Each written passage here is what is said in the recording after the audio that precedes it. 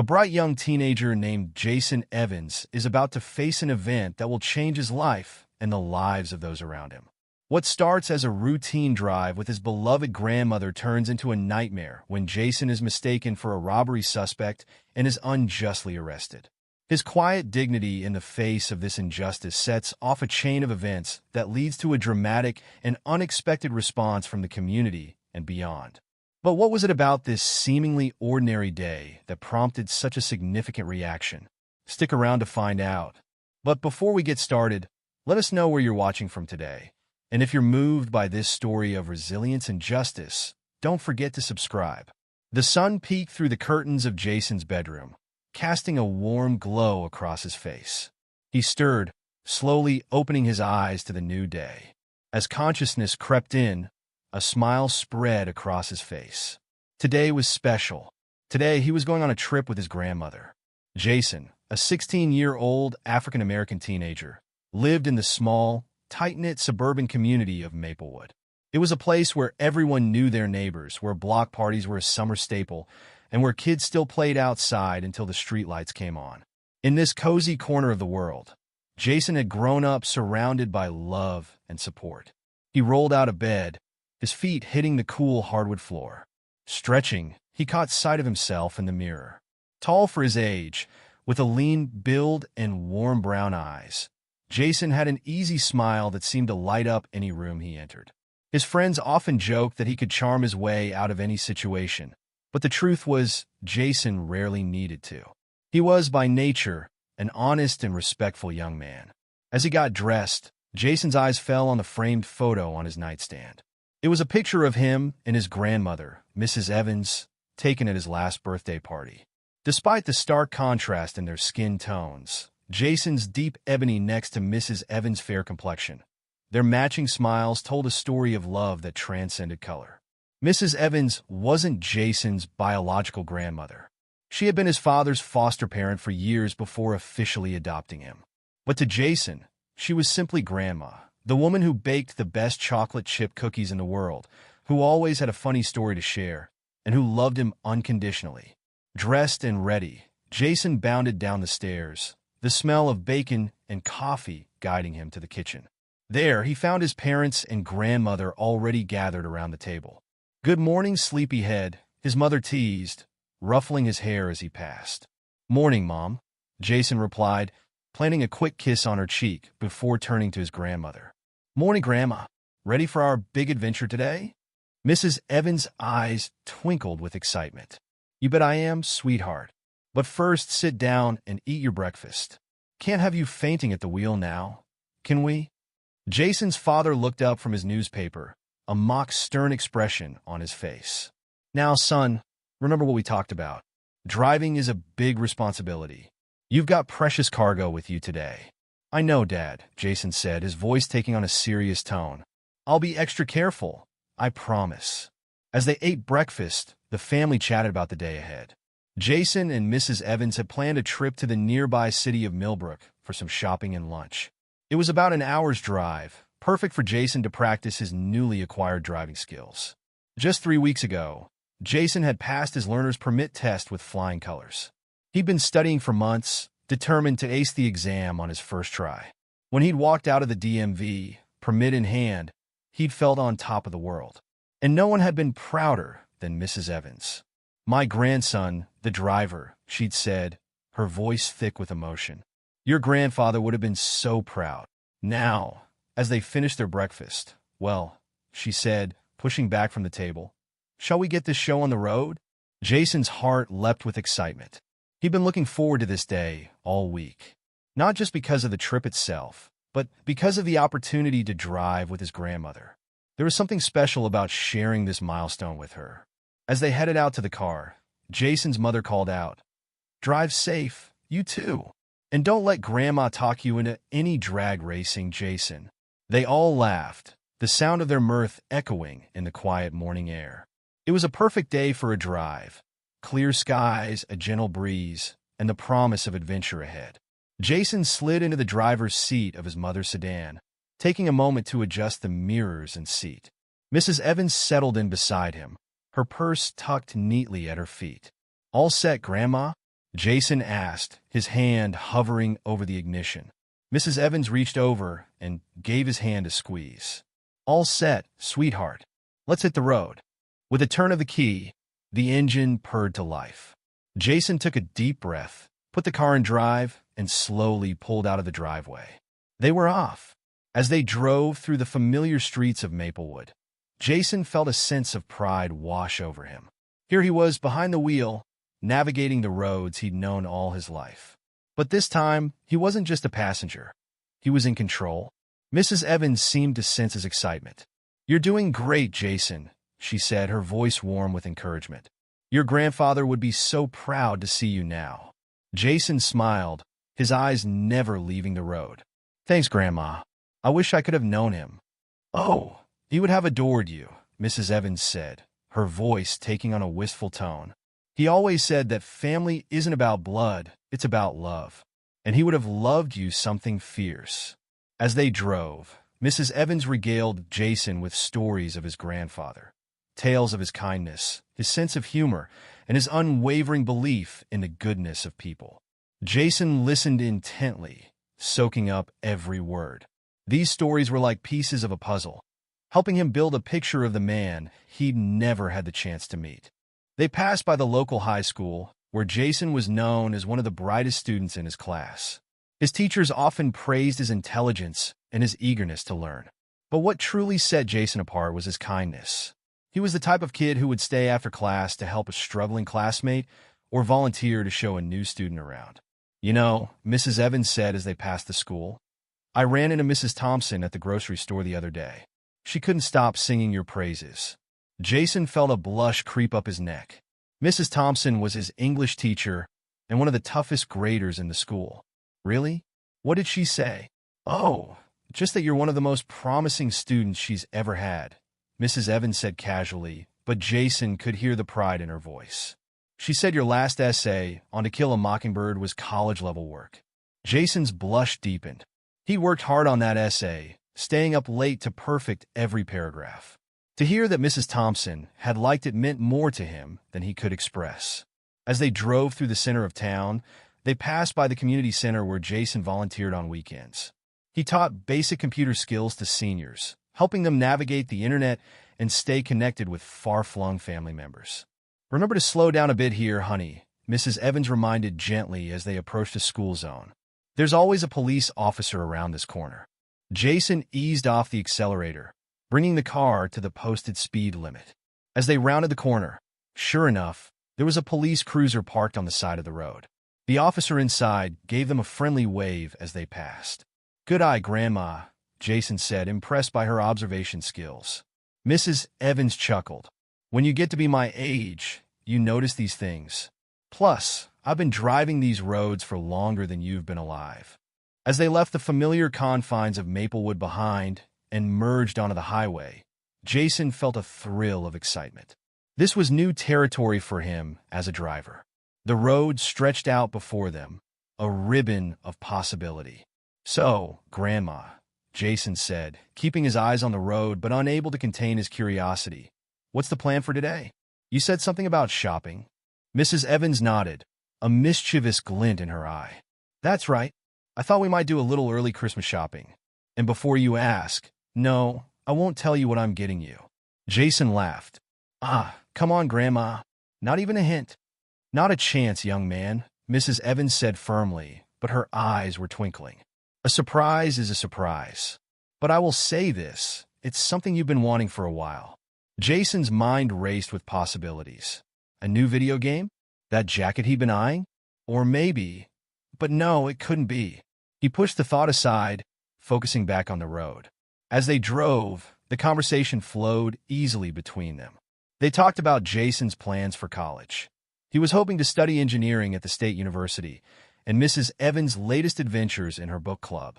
"You wouldn't believe the debate we had over The Great Gatsby last week," Mrs. Evans said, shaking her head.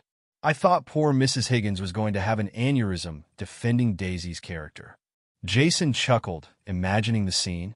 His grandmother's book club meetings were legendary for their passionate discussions. "And let me guess, you were Team Gatsby all the way?" "You know me too well, dear," Mrs. Evans said with a laugh. There's something to be said for a man who never gives up on his dreams. As they neared the outskirts of Millbrook, Jason felt a surge of pride. He'd made it all the way here, navigating busy highways and tricky intersections, all without a hitch.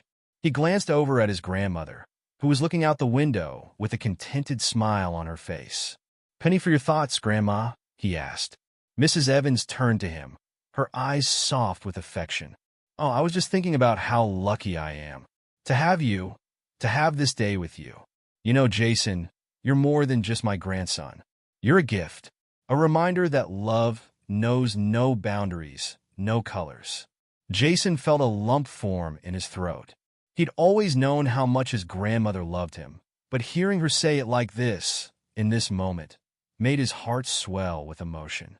"I love you too, Grandma," he said, his voice thick. "More than you know." As they pulled into Millbrook, the bustling city streets a stark contrast to the quiet lanes of Maplewood, Jason felt a sense of accomplishment wash over him. He'd done it. He'd driven all the way here, with his precious grandmother by his side, safe and sound. Little did he know that this peaceful, joyous morning was about to take a turn he could never have anticipated. As they drove through a quiet neighborhood, looking for a parking spot near the shopping district, neither Jason nor Mrs. Evans noticed the police cruiser that had just turned onto the street behind them. They were laughing at one of Mrs. Evans' jokes, the sound of their shared mirth filling the car, when suddenly the world around them erupted in a cacophony of sirens and flashing lights. Jason's heart leapt into his throat as he looked in the rearview mirror, seeing the police car right behind them, lights blazing. His hands tightened on the steering wheel, knuckles turning white. "What's happening?" Mrs. Evans asked, her voice laced with confusion and concern. I don't know," Jason replied, his mind racing. Had he been speeding without realizing it? Had he run a stop sign? With shaking hands, he signaled and pulled over to the side of the road, his heart pounding in his chest. As he put the car in park, he took a deep breath, trying to calm his nerves. "It's okay, Jason," Mrs. Evans said, reaching over to pat his arm reassuringly. "I'm sure it's just a misunderstanding. We haven't done anything wrong." Jason nodded, grateful for his grandmother's calm presence. But as he watched the police officer approach in the side mirror, a cold feeling of dread settled in the pit of his stomach. Something about this felt wrong, very wrong. And in that moment, as the officer rapped sharply on the driver's side window, Jason's perfect day took a turn that would change his life forever. As Jason's hand reached for the window control, his fingers trembling slightly, the quiet Millbrook neighborhood around them erupted into chaos. Sirens wailed in the distance, growing louder by the second. Jason's eyes darted to the rearview mirror, watching as another police cruiser sped past them, its lights flashing urgently. "What on earth is going on?" Mrs. Evans muttered, her brow furrowed with concern. Before Jason could respond, the officer who had pulled them over was at his window, his face a mask of stern authority. "Driver, step out of the vehicle now," he barked, his hand resting ominously on his holstered weapon. Jason's heart raced, his palms sweaty against the steering wheel. "Oh, officer," he stammered. "What's the problem? Did I do something wrong?" The officer's eyes narrowed, his voice sharp and commanding. "I said, step out of the vehicle. Now!" Mrs. Evans leaned forward, her voice calm, but edged with worry. "Officer, please. My grandson is just learning to drive. If he's made a mistake, I'm sure dash." "Ma'am, stay out of this." The officer cut her off, his gaze never leaving Jason. "Young man, this is your last warning. Exit the vehicle with your hands where I can see them." Jason's mind whirled, trying to make sense of the situation. He had followed all the traffic rules, hadn't he? Was it because he was driving in an unfamiliar neighborhood? Or was it? No, he pushed the thought away, not wanting to believe it could be that simple, that cruel. With shaking hands, Jason unbuckled his seatbelt. "Grandma," he said, his voice barely above a whisper, "it's going to be okay. Just stay calm, all right?" Mrs. Evans nodded, her face pale with worry. "Be careful, Jason. I'm right here."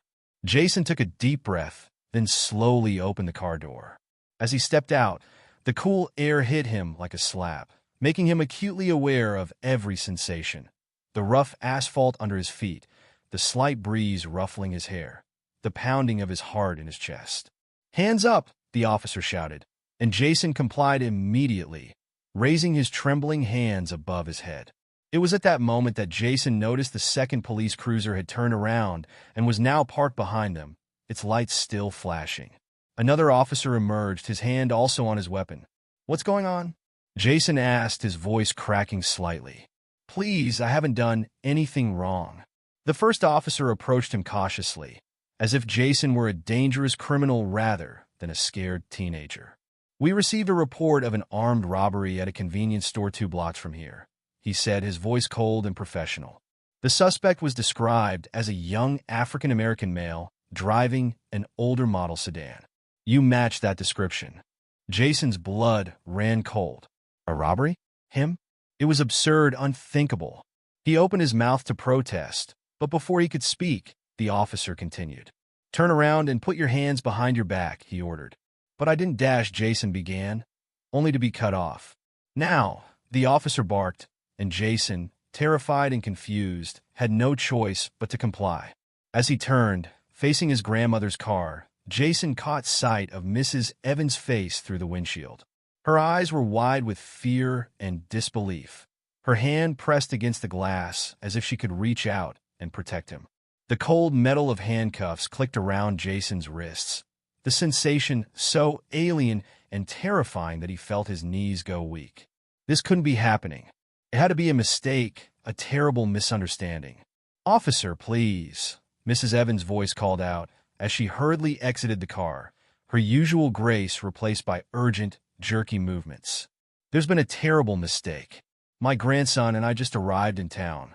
We've been driving for over an hour. He couldn't possibly have been involved in any robbery." The second officer moved to intercept Mrs. Evans, his hand outstretched. "Ma'am, I'm going to need you to stay back. This is an ongoing investigation." "Investigation?" Mrs. Evans' voice rose, a mix of indignation and fear. "The only thing you need to investigate is why you're treating my grandson like a criminal. We were on our way to go shopping, for heaven's sake." Jason stood frozen, the cold metal of the handcuffs biting into his wrists. His mind raced, trying to process what was happening. He had gone from excited new driver to suspected armed robber in a matter of minutes. The absurdity of it all would have been laughable if it wasn't so terrifying. "Grandma," he called out, his voice shaking, "it's okay. I'm sure they'll sort this out. Just stay calm, please." But calm was the last thing on Mrs. Evans' mind. Her usual gentle demeanor had been replaced by a fierce protectiveness that Jason had never seen before. "I will not stay calm while you manhandle my grandson," she snapped at the officers. "He's a high school student, for goodness sake. An honor roll student. He doesn't have a criminal bone in his body." The first officer, who had handcuffed Jason, turned to face Mrs. Evans. His face was a mask of professional detachment, but there was a hint of uncertainty in his eyes. "Ma'am, I understand you're upset, but we have to follow protocol. Your grandson matches the description of a suspect in an armed robbery." "A description?" Mrs. Evans scoffed. "Let me guess. Young, black, and male? Do you have any idea how many people they could describe? My Jason has never been in trouble a day in his life." As the argument continued, Jason felt a growing sense of panic. He had heard stories about situations like this, stories of misunderstandings that turned tragic, of innocent people who ended up hurt or worse because of snap judgments and racial profiling. He had always thought those stories happened to other people in other places. Not here. Not to him. "Officer," he said, trying to keep his voice steady. "Please, can I explain? We just got here from Maplewood. I was driving my grandma to go shopping. I have my learner's permit in my wallet. You can check it. Please." The officer turned back to Jason, his expression unreadable. "We'll check your ID back at the station. Right now, you're coming with us for questioning." Jason's heart sank. The station? This was spiraling out of control faster than he could have imagined. He looked at his grandmother, seeing the fear and anger in her eyes, and felt a wave of guilt wash over him. This was supposed to be a fun day out, a chance for him to show off his new driving skills. Instead, it had turned into a nightmare. As the officer began to lead Jason towards the police cruiser, the reality of the situation hit him full force. He was being arrested, Him, Jason Evans, who had never so much as gotten a detention in school. The unfairness of it all made him want to scream, to fight back, to do something. But he knew that would only make things worse. "Wait!" Mrs. Evans called out, her voice cracking with emotion. "You can't take him. He's innocent." "Jason, honey, don't worry. I'll call your parents. We'll get this sorted out. Just stay calm, okay?" Jason nodded, not trusting himself to speak. He could feel tears pricking at the corners of his eyes, but he blinked them back furiously. He wouldn't cry. He wouldn't give them the satisfaction of seeing him break down. As the officer opened the back door of the cruiser, Jason caught sight of movement out of the corner of his eye. People were starting to gather on the sidewalks, drawn by the commotion. Some had their phones out, filming the scene. Jason felt a flush of shame creep up his neck.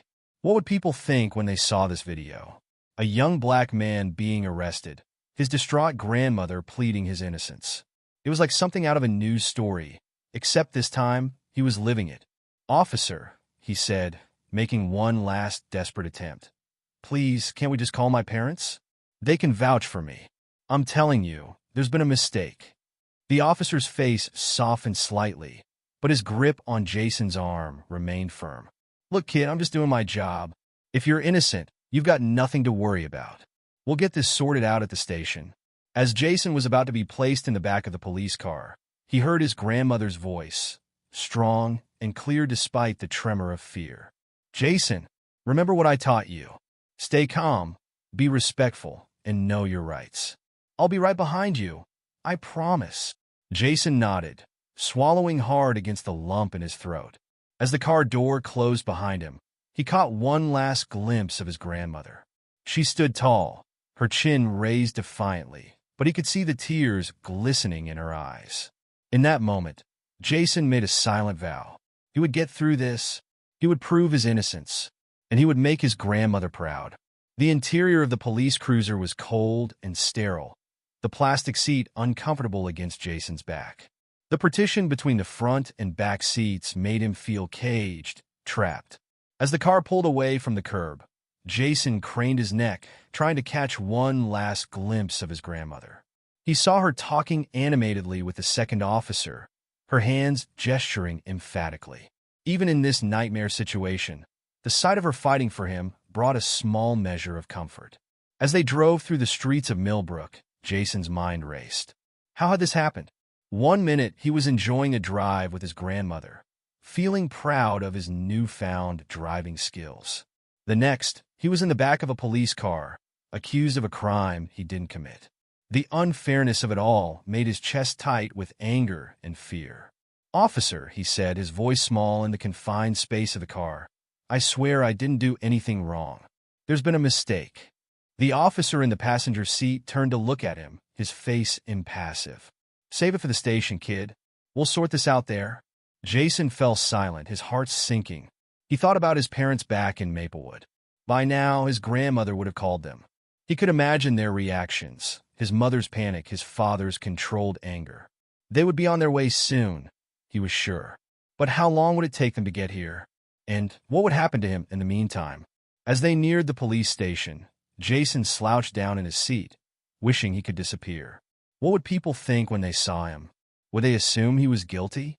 Would this follow him forever? Even after the truth came out? The car pulled into the station parking lot, and Jason's stomach churned with anxiety. This was really happening. He was about to be booked for a crime he didn't commit. As the officer opened the car door, Jason took a deep breath, trying to steady himself. Remember what Grandma said, he thought. Stay calm. Be respectful. Know your rights. As he was led into the station, Jason couldn't help but notice the stares from the officers inside. Some looked curious, others suspicious. He kept his head high, determined not to show how terrified he felt. "This way," the arresting officer said, guiding Jason toward the desk. "We're going to book you now." "Book me?" Jason's voice cracked. "But I haven't done anything. Please, can I call my parents?" A new officer behind the desk looked up, his eyes moving between Jason and the arresting officer. "What have we got here, Johnson?" "Possible suspect in the convenience store robbery on Elm," Officer Johnson replied. "Matches the description given by the witness." The desk officer raised an eyebrow. This kid? He doesn't look old enough to drive. I have my learner's permit, Jason said quickly. It's in my wallet. If you just check dash. We'll get to that, Officer Johnson cut him off. First, we need to process you. The next few minutes were a blur of humiliation for Jason. He was fingerprinted, his mug shot taken. Each flash of the camera felt like another nail in the coffin of his innocence. As they took his personal belongings, including his wallet and phone, Jason felt utterly helpless. Please, he said, his voice barely above a whisper. I need to call my parents. Or my grandmother. She was with me. She can tell you I didn't do anything wrong. The desk officer hesitated, looking at Officer Johnson. Maybe we should dash. I don't care about your protocols. Mrs. Evans' voice rang out, her normally gentle demeanor replaced by fierce determination. My grandson is innocent, and I demand that you listen to me. Officer Johnson, the man who had arrested Jason, stood before Mrs. Evans, his face a mask of professional detachment. But beneath that mask, a flicker of doubt had begun to take root. Ma'am, I understand you're upset, but we have to follow procedure. Your grandson matches the description given by the witness. Mrs. Evans' eyes flashed dangerously. A description? You mean young, black, and male? Do you have any idea how many people that could describe? My Jason has never been in trouble a day in his life. As Mrs. Evans continued her impassioned plea, her fingers flew over her cell phone, sending rapid-fire text messages to everyone she could think of who might be able to help. Jason's parents, already on their way, the pastor of their church, the principal of Jason's high school, even the mayor, with whom she'd served on several community committees. Look, Mrs. Evans said, her voice softening slightly as she appealed to Officer Johnson's humanity. Jason is a good boy. He's an honor roll student. He volunteers at the community center. He was driving me to go shopping. For heaven's sake, please just check his alibi. Call our neighbors in Maplewood. They saw us leave this morning. Officer Johnson hesitated, the doubt in his mind growing stronger. I'll see what I can do, ma'am, but I can't make any promises. As Mrs. Evans continued her one-woman crusade at the front desk, the investigation into the actual robbery was taking an unexpected turn across town. In a rundown apartment complex on the outskirts of Millbrook, Officer Sarah Martinez and her partner, Officer Tom Blake, were responding to a noise complaint. As they approached the apartment in question, a crash followed by muffled cursing caught their attention. Police! Open up! Officer Martinez called out, her hand instinctively moving to her weapon. The door flew open, revealing a young man with wild eyes and disheveled hair. Before either officer could react, he bolted past them, shoving Officer Blake aside in his desperation to escape. Stop! Police! Officer Martinez shouted, breaking into a run. The chase was short but intense. The suspect, clearly not an experienced criminal, made rookie mistakes. He glanced back too often, slowing himself down. He chose obvious hiding spots, making it easy for the officers to track him. And most damning of all, in his panic, he dropped a crucial piece of evidence, a wad of cash still wrapped in the convenience store's distinctive money bands. When they finally cornered him in a dead-end alley, the young man broke down, sobbing uncontrollably. I'm sorry, he cried, sinking to his knees. I didn't mean to hurt anyone. I needed the money. My mom's sick, and we can't afford her medication. As Officer Martinez cuffed the suspect, Officer Blake picked up the dropped cash, his eyes widening as he realized what they'd stumbled upon. Sarah, he said, his voice low with disbelief, I think we just solved the convenience store robbery. Back at the station, the atmosphere was tense. Mrs. Evans had been joined by Reverend Michael Thomas, the respected pastor of Maplewood's largest church, and Sandra Cooper, the principal of Jason's high school. Their presence had caused quite a stir, with officers and administrative staff alike stealing glances at the impromptu delegation. Chief, Reverend Thomas was saying, his deep voice resonating with quiet authority, I've known Jason Evans since he was a little boy. He's one of the finest young men in our congregation. There's simply no way he could be involved in something like this. Principal Cooper nodded in agreement. Jason is one of our top students. He's never had so much as a detention. He's the kind of kid who stays after school to help tutor struggling classmates. This has to be a mistake. The chief of police, a man named Robert Anderson, listened to their words with growing concern. He'd been on the force for over 30 years, and his instincts were telling him that something wasn't right about this case. Just as he was about to respond, his phone buzzed with an incoming message. As he read the text, his eyebrows shot up in surprise. "Well," he said, looking up at the group before him, "it seems we may have had a breakthrough in the case." The next hour was a whirlwind of activity at the Millbrook police station. As officers Martinez and Blake brought in the real robbery suspect, the pieces of the puzzle began to fall into place with alarming speed. The suspect, a 22-year-old named Eric Thompson, had confessed to the robbery almost immediately. His description matched the one given by the convenience store clerk, but with one crucial difference. Eric was several inches shorter than Jason, a detail that had somehow been overlooked in the initial report. As the truth of the situation became clear, a palpable sense of unease settled over the station. Officer Johnson, who had been so certain of Jason's guilt just hours before, now found himself facing an uncomfortable reality. He'd made a mistake, a big one. "Chief," he said, his voice tight with tension, "I think we need to review the Evans case immediately." Chief Anderson nodded grimly. "I couldn't agree more. Give me everything we have on the boy. And I mean everything." What followed was a deep dive into Jason Evans' background. And with each new piece of information, the officer's shock and dismay grew. "Honor roll student every semester since freshman year," Officer Johnson read aloud, his voice tinged with disbelief. "Active in the school's debate club and math team. Volunteers at the local community center teaching computer skills to seniors." Chief Anderson shook his head, a mix of admiration and regret on his face. "This kid's record is cleaner than half my officers. How the hell did we get this so wrong?" The evidence of Jason's character and achievements continued to pile up. Letters of recommendation from teachers praising his intelligence and work ethic. Certificates of achievement for various academic competitions. Even a local news article featuring Jason's volunteer work, showing him patiently helping an elderly woman navigate a computer. As the reality of their mistakes sank in, the mood in the station shifted dramatically. The earlier bustle of activity was replaced by a heavy silence, broken only by the occasional murmur of disbelief or regret. Officer Johnson sat at his desk, his head in his hands. "Chief," he said, his voice barely above a whisper, "I really messed up. I saw a young black kid driving an old car, and I jumped to conclusions.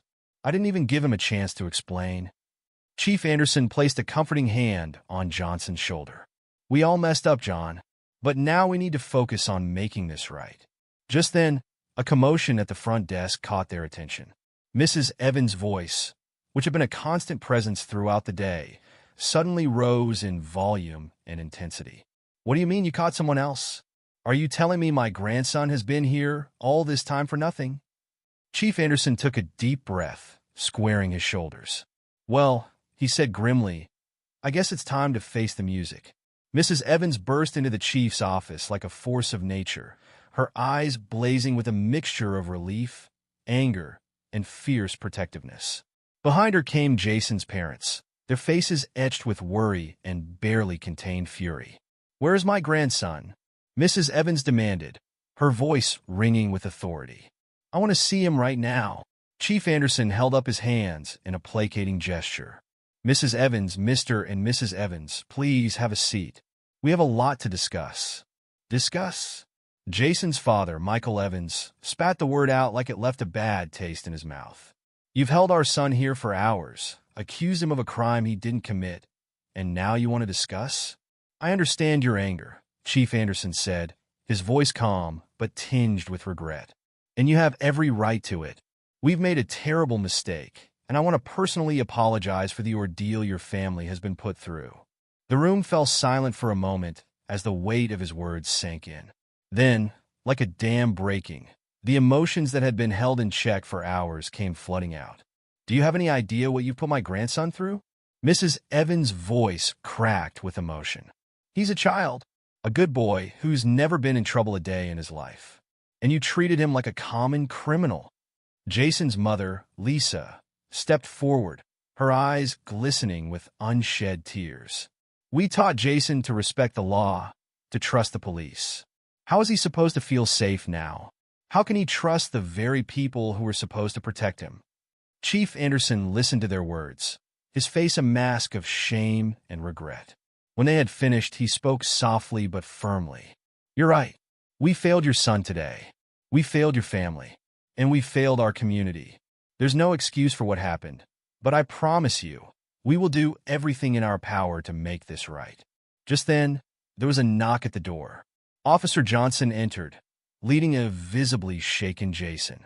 The moment he saw his family, Jason's composure crumbled. He rushed into his mother's arms, his shoulders shaking with silent sobs. "Oh, baby," Lisa murmured, holding her son tight. "It's okay. We're here now. It's all over." Michael Evans wrapped his arms around both of them, his face a storm of emotions. Over their shoulders, he fixed Chief Anderson with a steely gaze. "This isn't over," he said, his voice low and dangerous. "Not by a long shot." Mrs. Evans, seeing her grandson safe at last, turned back to Chief Anderson. "I want to know exactly what happened," she demanded. "How did this go so terribly wrong?" For the next hour, Chief Anderson and Officer Johnson explained the series of events that had led to Jason's wrongful arrest. They detailed the initial report, the vague description that had led them to suspect Jason, and the critical errors in judgment that had snowballed into this catastrophe. As they listened, the Evans family's anger began to mix with a growing sense of disbelief and horror. The realization that such a grave injustice could occur so easily, based on nothing more than a vague description and hasty assumptions, was deeply unsettling. "So let me get this straight," Michael Evans said, his voice tight with controlled anger. "You arrested my son, a minor, based on a description that could fit half the young black men in this town? You didn't bother to check his alibi or look into his background before throwing him in a cell?" Chief Anderson nodded, his face grave. "You're right, Mr. Evans. We failed to follow proper procedure. We allowed assumptions and, yes, racial bias to cloud our judgment. It's inexcusable, and we will be conducting a full review of our policies and training procedures to ensure this never happens again." Jason, who had been quiet throughout the explanation, finally spoke up. His voice was small, but there was a hint of steel beneath the fear. "What happens now?" he asked. Is my name cleared? Will people know I didn't do anything wrong?" Chief Anderson leaned forward, meeting Jason's eyes directly. "Yes, Jason. We will be issuing a full public statement clearing your name and apologizing for our mistake. We'll also be reaching out to the media to correct any misinformation that may have been reported." Lisa Evans tightened her arm around her son's shoulders. "That's not enough," she said firmly. "My son's reputation has been damaged. His trust in the system has been shattered. How do you plan to make that right?" The room fell silent as the weight of her question hung in the air. It was Mrs. Evans who finally broke the silence, her voice calm but filled with determination. "Here's what's going to happen," she said, fixing Chief Anderson with a steely gaze.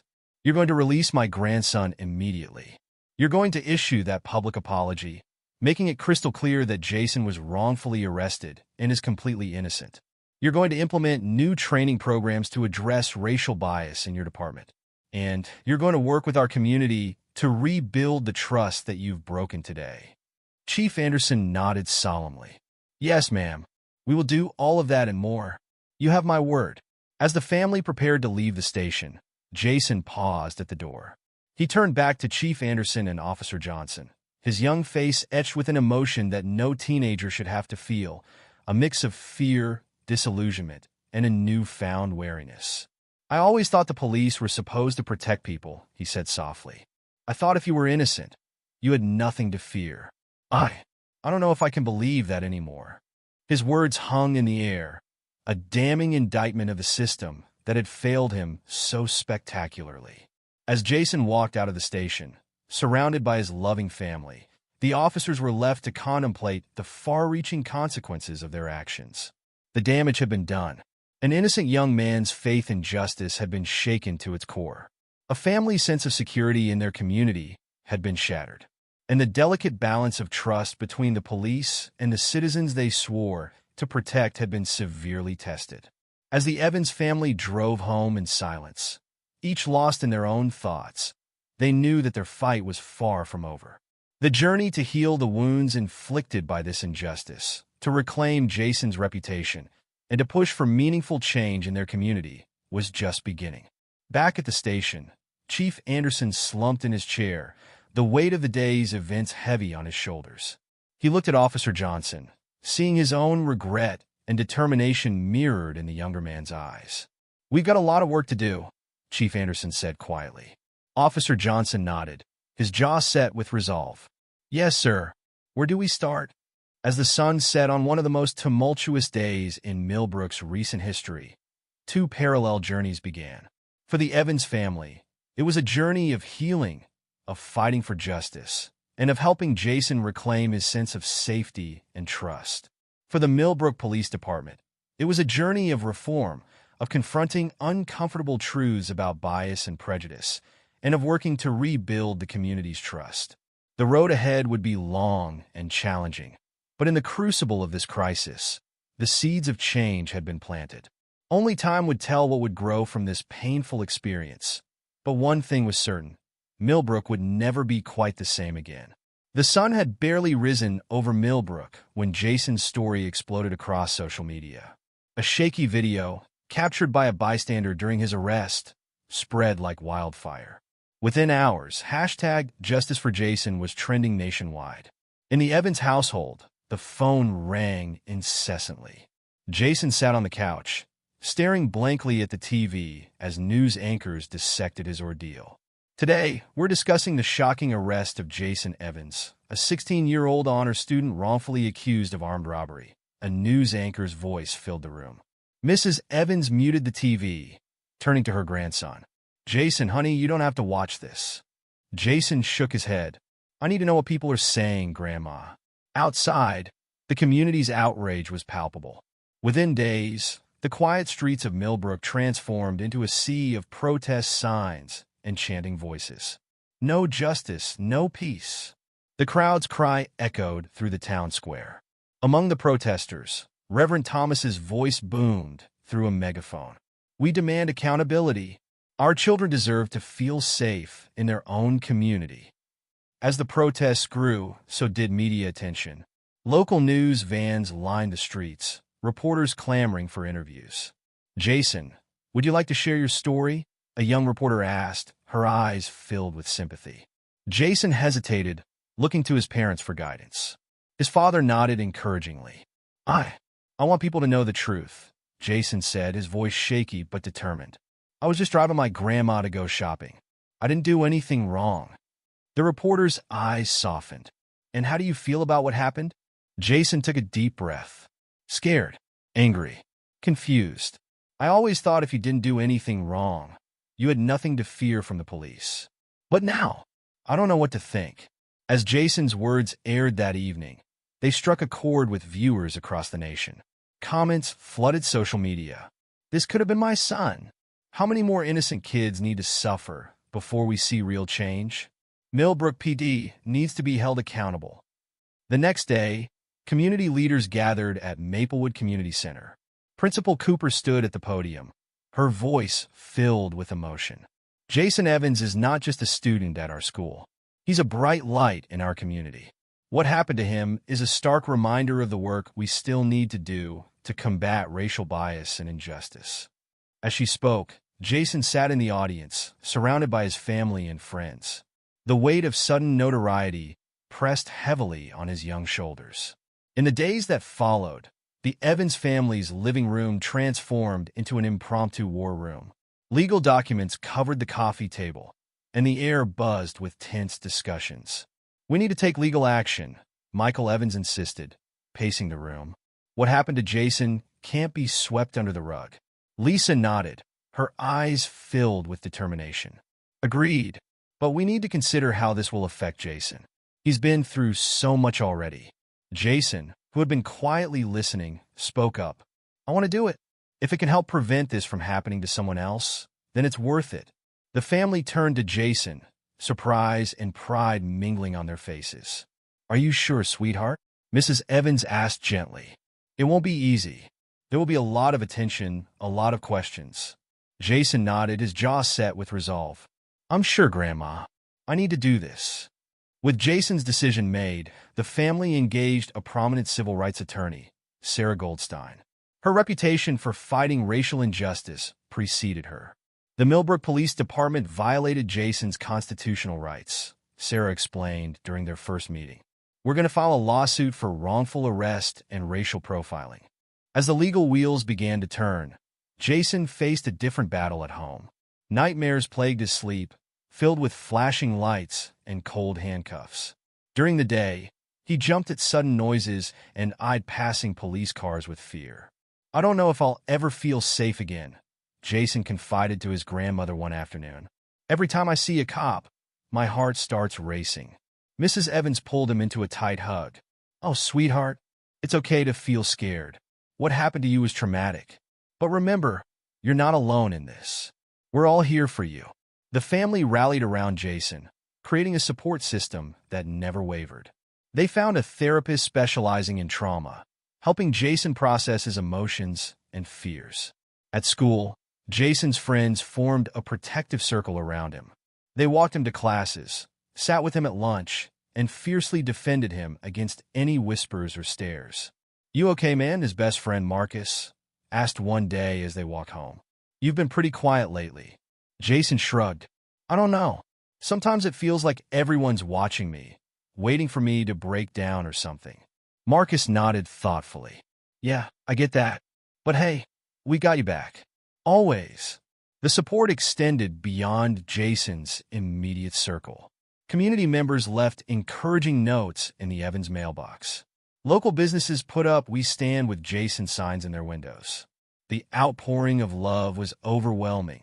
Yet, despite the support, the incident left its mark on Jason. He grew more reserved, more cautious. The carefree teenager who had excitedly set out for a day of shopping with his grandmother seemed like a distant memory. One evening, as the family sat around the dinner table, Lisa noticed Jason pushing his food around his plate. You need to eat, honey, she said gently. Keep your strength up. Jason sighed.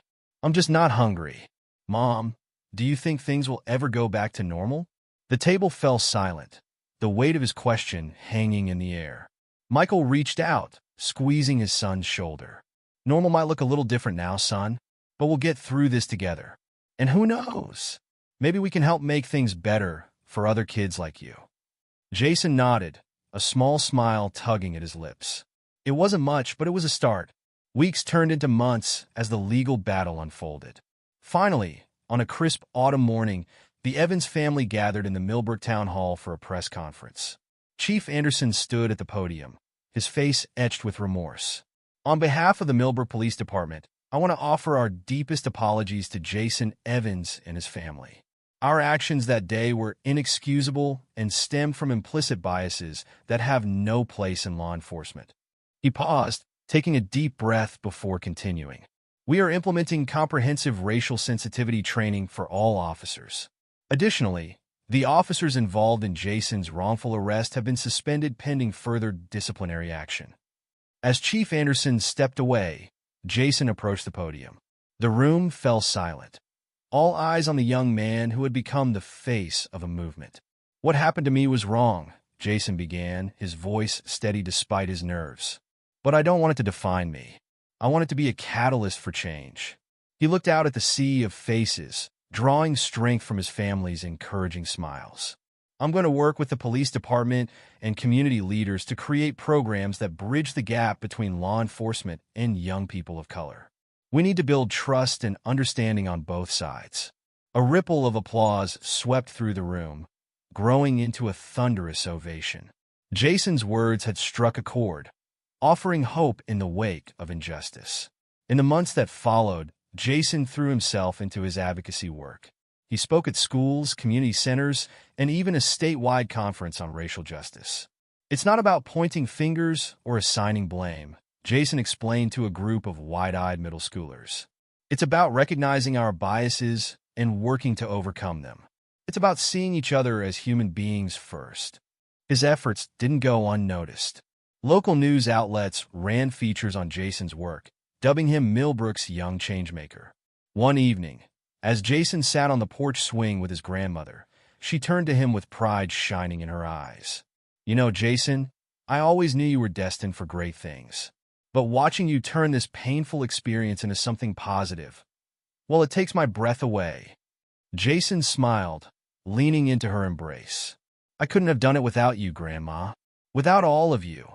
As the sun set over Millbrook, casting a warm glow across the neighborhood, there was a sense of hope in the air. The road ahead was long, the work far from over. But in the aftermath of injustice, a community had come together.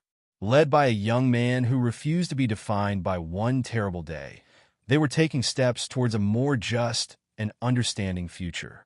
Jason's story had begun with a wrongful arrest, but it wouldn't end there. Instead, it would be remembered as the spark that ignited change, the moment a community decided to confront its biases and work towards a better tomorrow. As night fell, Jason looked out at the quiet street, a mix of emotions swirling in his chest.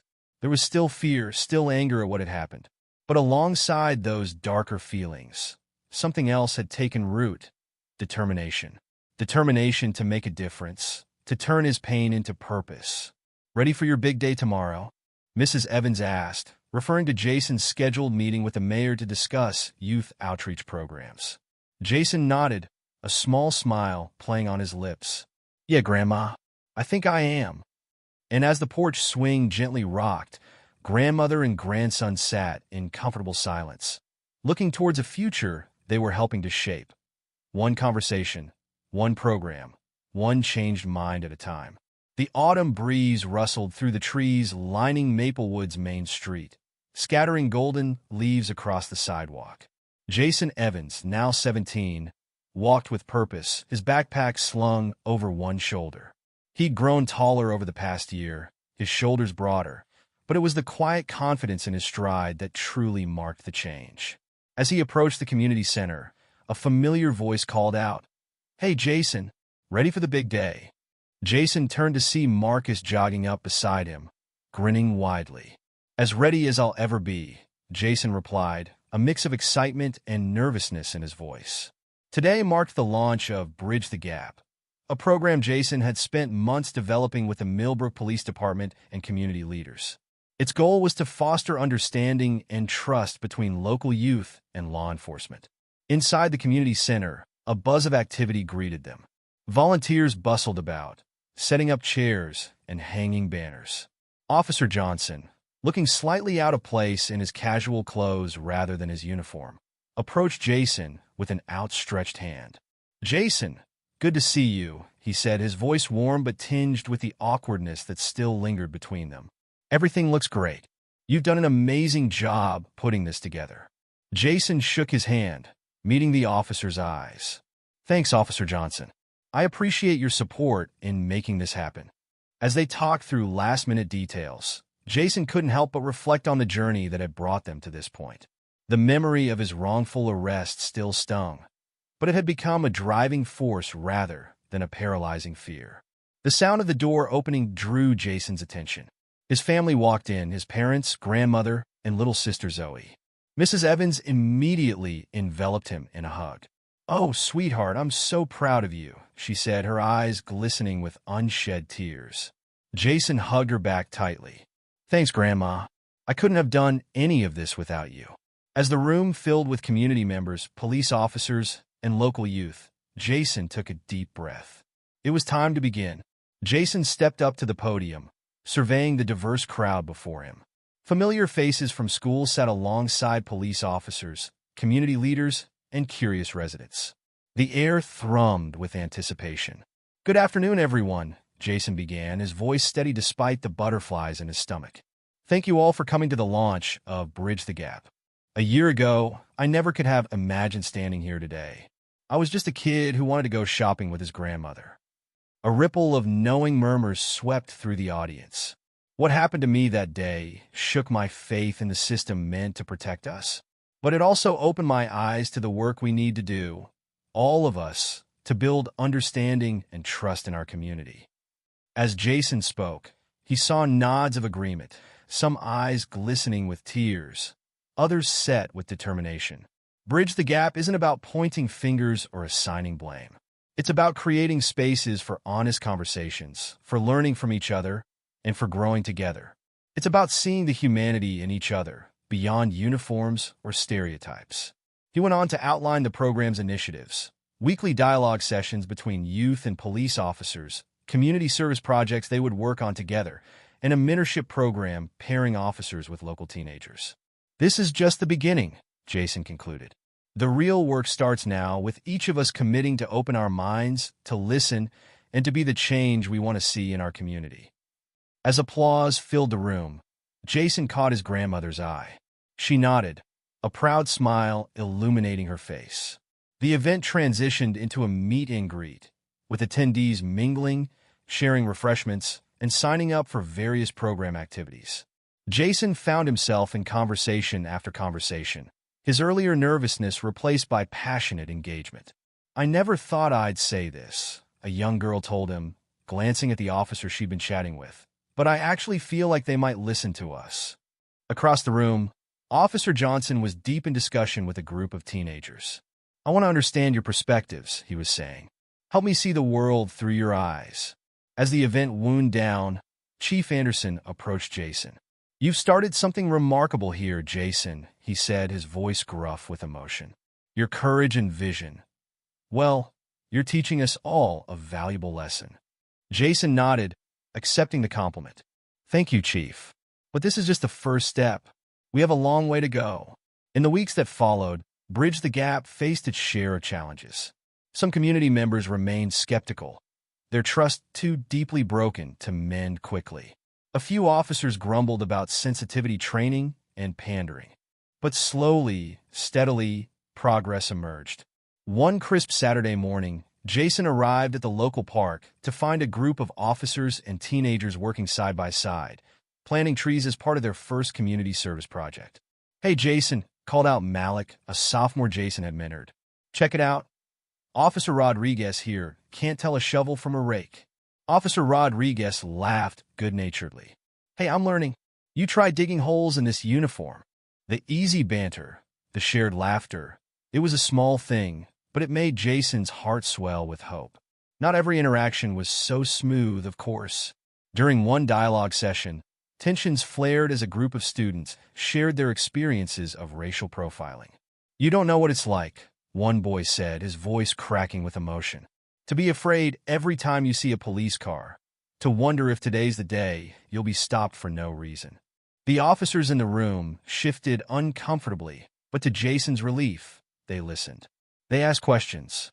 They started to understand. "I never realized," Officer Johnson admitted later.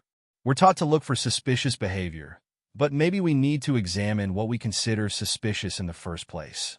It was moments like these that kept Jason going, even when the work felt overwhelming.